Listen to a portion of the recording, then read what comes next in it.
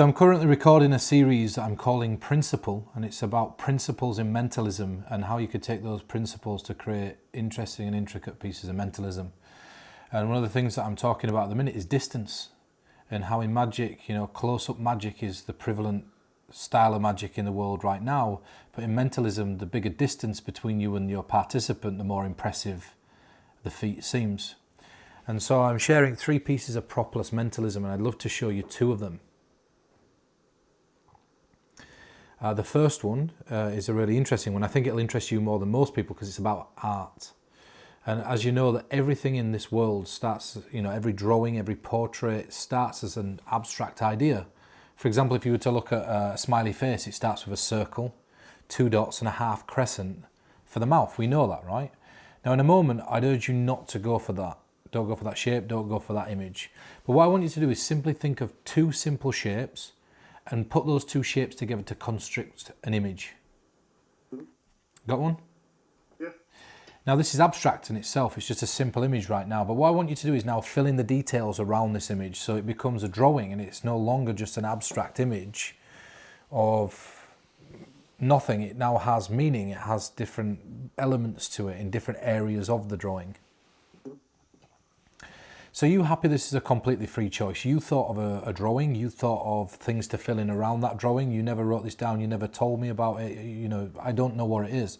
So you have a choice. Do you want me to focus on the top of the image, the left-hand side, the right-hand side, the centre of the image? It's completely up to you. The right-hand side. The right-hand side. So just focus on whatever it is that's at the right-hand side of this drawing. Just imagine telling me it. Now we're probably about 300, 400 miles from each other right now. I'm in the heart of Wales and you're in Lincoln. Yeah. And over the thought waves, I'm going to try to pick up on the one thing that I think you're thinking of. I'm going to be trying to reach out and touch your beard now. The one thing that you're thinking of is here. I'm not going to change it. Describe it to me. It's quite large.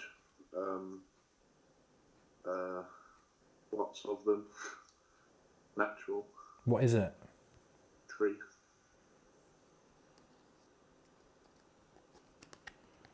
Nice. I also went for the image of a tree. Nice. It's cool, right? You could have thought of anything. You could imagine drawing anything. You could imagine filling anything in.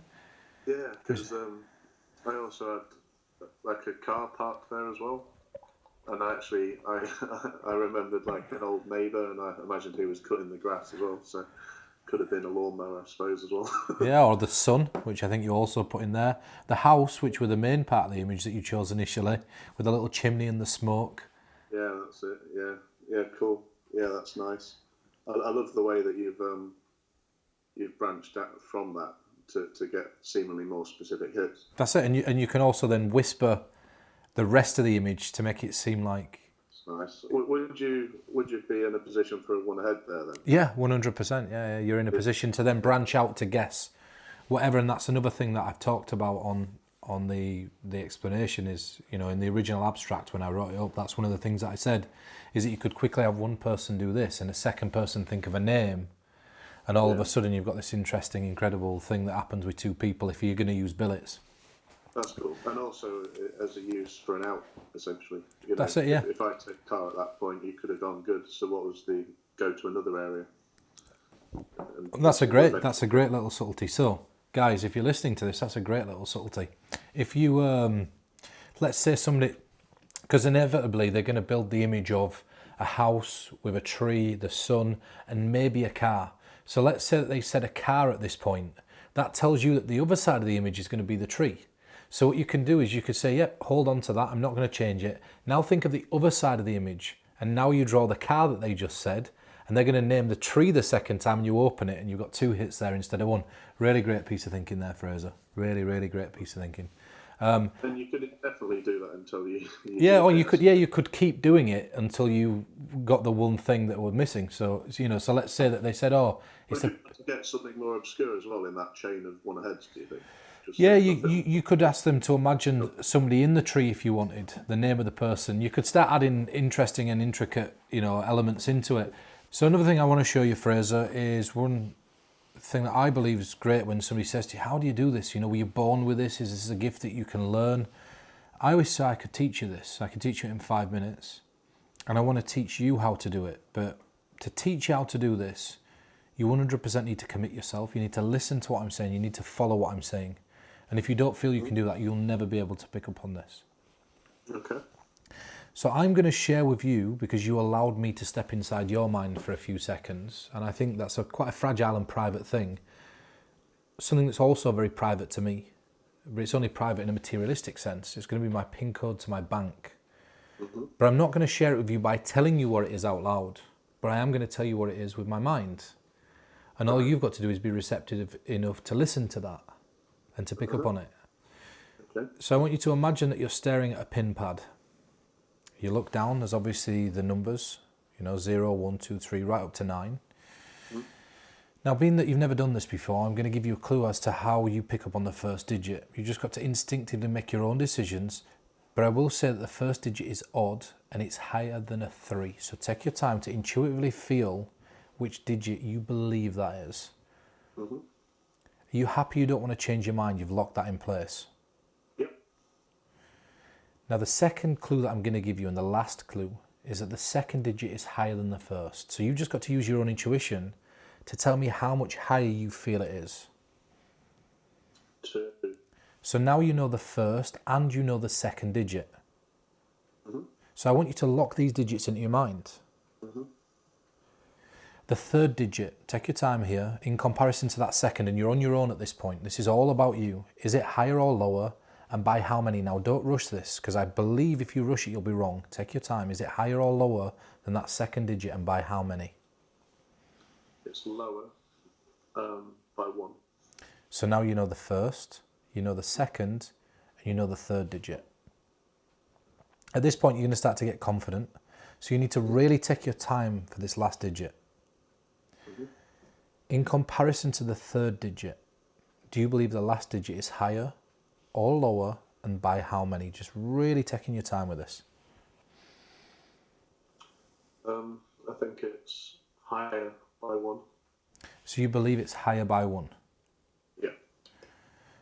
Don't tell me what it is, but yes or no now, out of all the thousands of different combinations of what this could be, do you now believe you have an idea of what you feel my PIN code is? Well, I've got a PIN code, but God knows if it does. We'll see.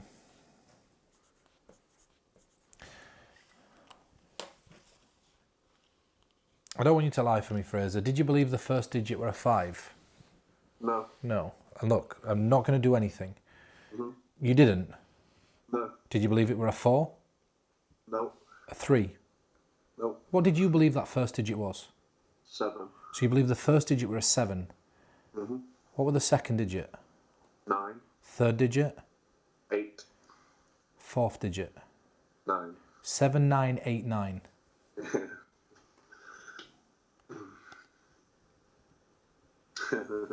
Great. 7, 9, 8, 9.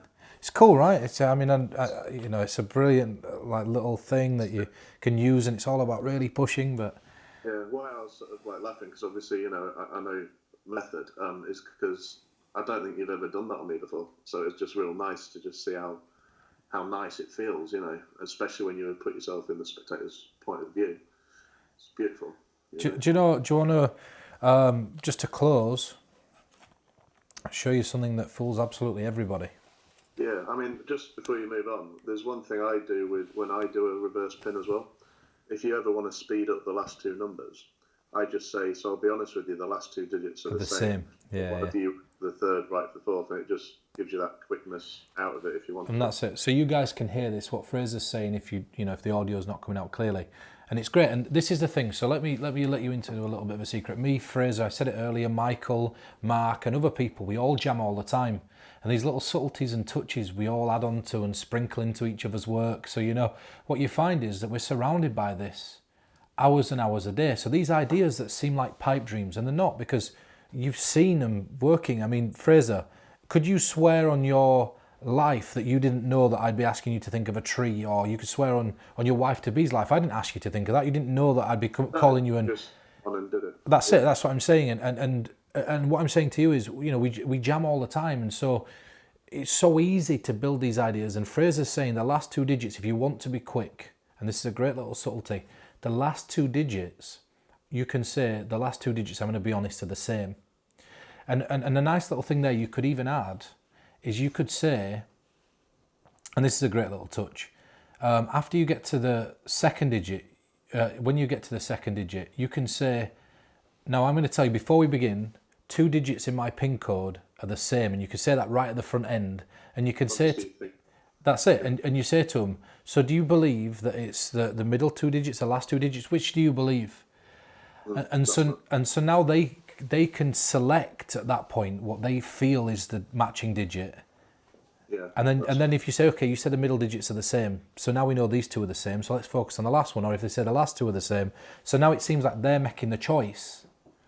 Yeah, that's great. You know. Do you want me to quickly share the way I handle it with the bank card for a nailed on? Go for it, yeah. You can reiterate this, but I'll say it really quickly. So essentially, you would have them take out a debit or credit card, and then you would know what the long number begins with. So a debit card typically in the UK is a 4. Yeah, Visa debit is 4.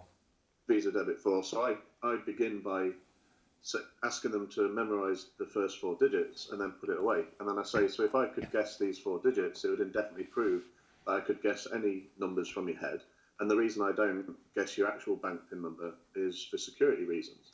But then as I'm seemingly picking up on when I seem to pick up on the first digit, I say, in fact, I feel that digit you're now focusing on is actually the first digit to my bank PIN number, and I don't mind you knowing mine. So let's try this in reverse. So now that gives me that definite number to start off with to springboard. So what Fraser's saying is that Visa, and that's what I've used this before, it's a great little subtlety, is the Visa debits, Visa cards around the world normally start with a 4.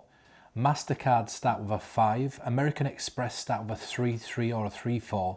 So what you can do is this really interesting thing where you pretend you're going to read their 4 digits, and then you say, you know what, this is strange. I feel coincidentally this is the first digit in my PIN code. And then you start from there and you've screwed on the first digit now without having to end up on 2 different outs. So it's basically a premise shift that happens. Yeah, and it's going from being a reader to somebody who's now going to, from going a reader to somebody who's influencing and they're reading. And just a little touch that I think is also important here, because you brought this point up. Whilst you're on the subject, and here's another little free bonus effect for you, it's called Pin Soup. If you do a poll at the beginning, say, you know, how many people here have a Visa card? How many people use MasterCard? You know, how many people do this, this and this? Find out who's got the 4s and the 5s. So let's say that there's a table of 4 people that all have the number 4. What you can do is you can say, take your bank cards out. I'm going to see if I can pick up on one of the numbers that you're thinking of. All think of the first 4 digits on your card. In fact, just go to the first digit. Just focus on that number for a second. Do you know what? Put the cards away a minute. You double whatever number you're thinking of. You take 2 away from the number you're thinking of. Keep yours the same. Do you want to go higher or lower, and by how many? And because you know they all start with a 4, or if it's MasterCard a 5, what you're doing now is you go, okay, well, they're adding 2, so it's going to be 6. They're taking away 2, it's going to be 2, 4, and then whatever higher or lower. And now you've got a PIN code created by the group that you can instantly guess in an instant without having to use Michael's springboard principle to go up or down.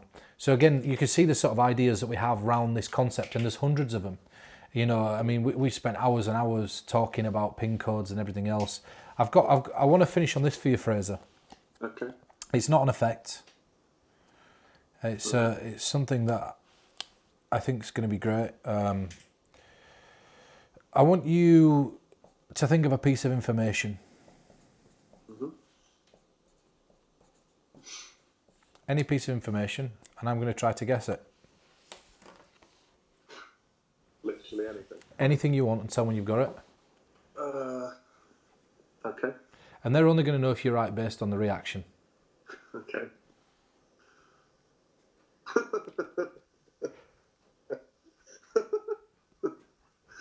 Yeah. No.